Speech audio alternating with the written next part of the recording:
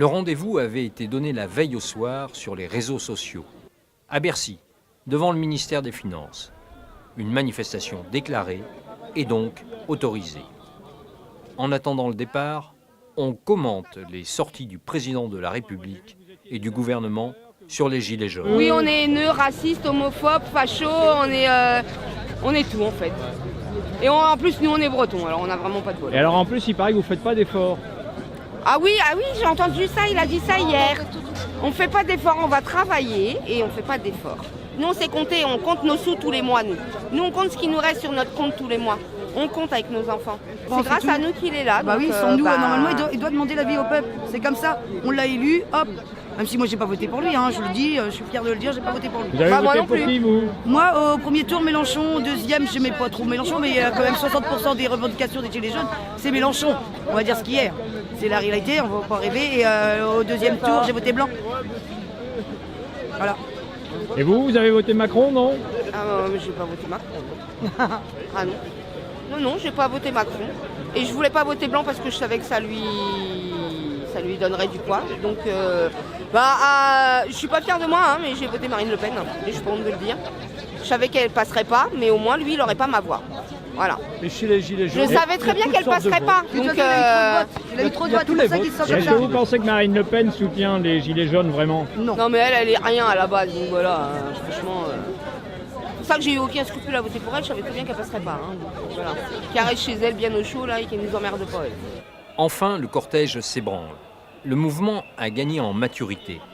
À preuve l'autodiscipline qui régnera dans le défilé tout au long du parcours. Un vrai service d'ordre, reconnaissable à son brassard blanc, s'est mis en place. Il évitera toute confrontation avec la police, y compris devant ce commissariat. Il est vrai que les manifestants en ont assez de la violence. Mais ils restent déterminés comme au premier jour. Peut-être davantage même. L'État crée ses propres monstres, il est en train de créer sa foulaineuse, à nous traiter mal. On n'est pas des foulaineuses, mais il va nous pousser à devenir fous, quoi. Le désespoir, ça rend les gens calmes, pas gentils. Mais Pour ça- l'instant, on est gentils. Ça se passe bien aujourd'hui. Mais ça se passe très bien tout le temps, quasiment tout le temps. Ça se passe la plupart du temps très très bien. Et globalement, il ne faut pas montrer du doigt ce qui se passe mal. La plupart des gens, c'est des gens comme vous et moi qui veulent juste du changement pour avoir une vraie démocratie, c'est tout. C'est l'arrivée à la Bastille. La foule, compacte, remplit aisément la place. Le gouvernement est montré du doigt, accusé de multiplier les provocations. C'est quelqu'un qui souffle sur les braises à chaque fois. Il n'est pas dans son rôle en fait. Je pense qu'il devrait au contraire essayer de calmer le jeu. Je comprends pas ce qu'ils cherchent. Les gouvernements tous ensemble en fait. À chaque fois ils attisent les braises. Je comprends pas cette politique. C'est pas raisonnable. Ils sont pas à leur place dans ce comportement. Le président Macron, j'ai beaucoup de respect pour la fonction. J'ai très peu de respect pour l'homme, parce qu'il a très peu de respect pour nous. Il est méprisant, ce qui fait qu'en retour, moi, c'est l'effet miroir. J'ai beaucoup de mépris pour lui. Il faut qu'il lâche un peu le pouvoir. Ça va être difficile pour lui. Ça va être difficile, hein, je pense. Et le cortège reprend son périple dans Paris. Les manifestants sont maintenant sur les grands boulevards, à proximité des grands magasins, pour le plus grand bonheur de ces touristes asiatiques qui ne perdent pas une miette de cette rencontre inattendue avec les fameux Yellow Jackets. La protection de l'environnement n'est pas totalement absente des préoccupations.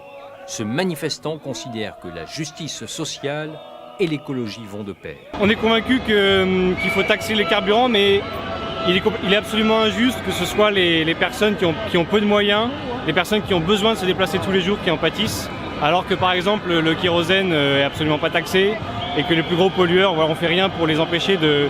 Par exemple, Total qui va forer en Amazonie, en Guyane française, le projet de la Montagne d'Or, c'est un vrai scandale et donc c'est ça qu'il faudrait taxer en premier.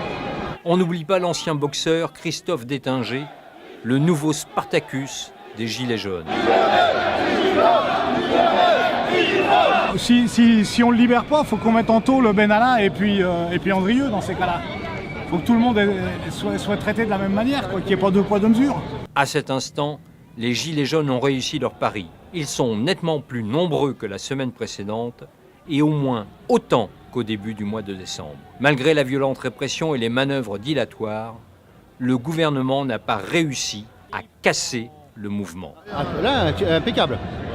Il n'y a pas de débordement, il n'y a rien, c'est génial. Est-ce que vous avez le sentiment d'être une foule haineuse? Ah, pas du tout. Alors là, surtout pas. Non. Non, ça se voit. Non. C'est plutôt pacifique là, pour l'instant. Place de l'Étoile, la station de métro est fermée. Les forces de l'ordre barrent les issues, ne laissant partir les manifestants qu'au compte-gouttes. La confrontation devient inévitable.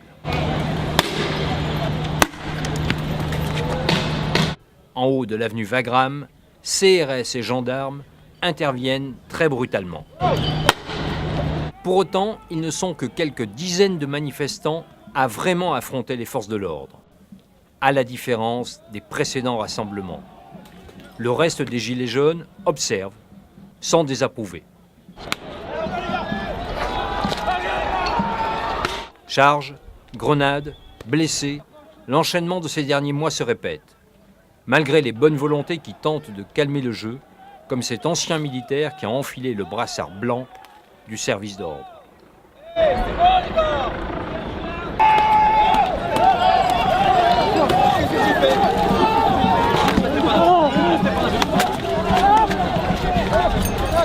Vous voyez, vous faites exprès, on dirait que vous êtes payé pour déclencher la guerre. Vous êtes payé pour déclencher la guerre, on n'a rien fait. On n'a rien fait, les gars.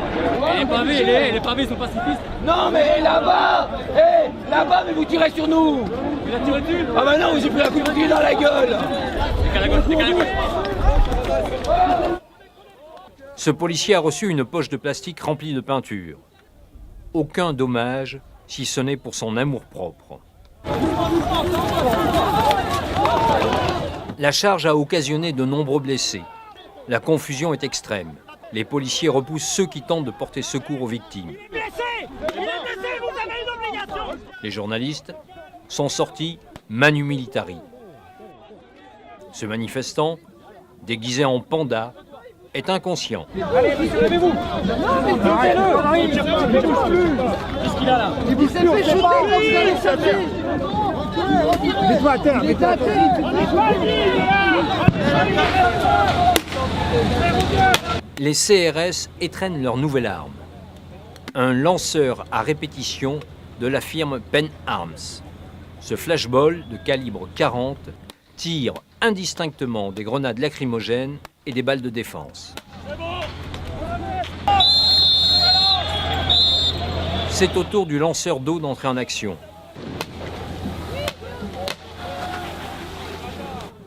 Tandis qu'il porte secours à un blessé, un groupe de gilets jaunes est copieusement arrosé.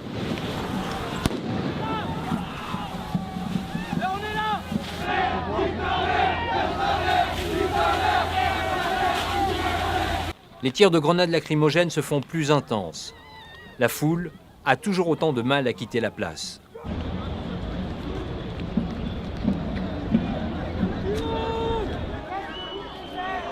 Les unités en civil interpellent au petit bonheur la chance.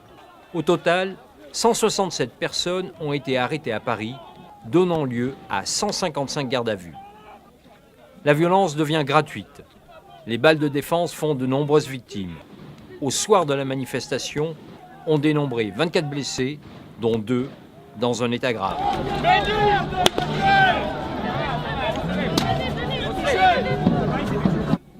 Après 2 mois de manifestations, des centaines de blessés, des milliers d'arrestations, le mouvement ne faiblit pas, démontrant, s'il en fallait une preuve supplémentaire, que la répression n'est pas la réponse adéquate.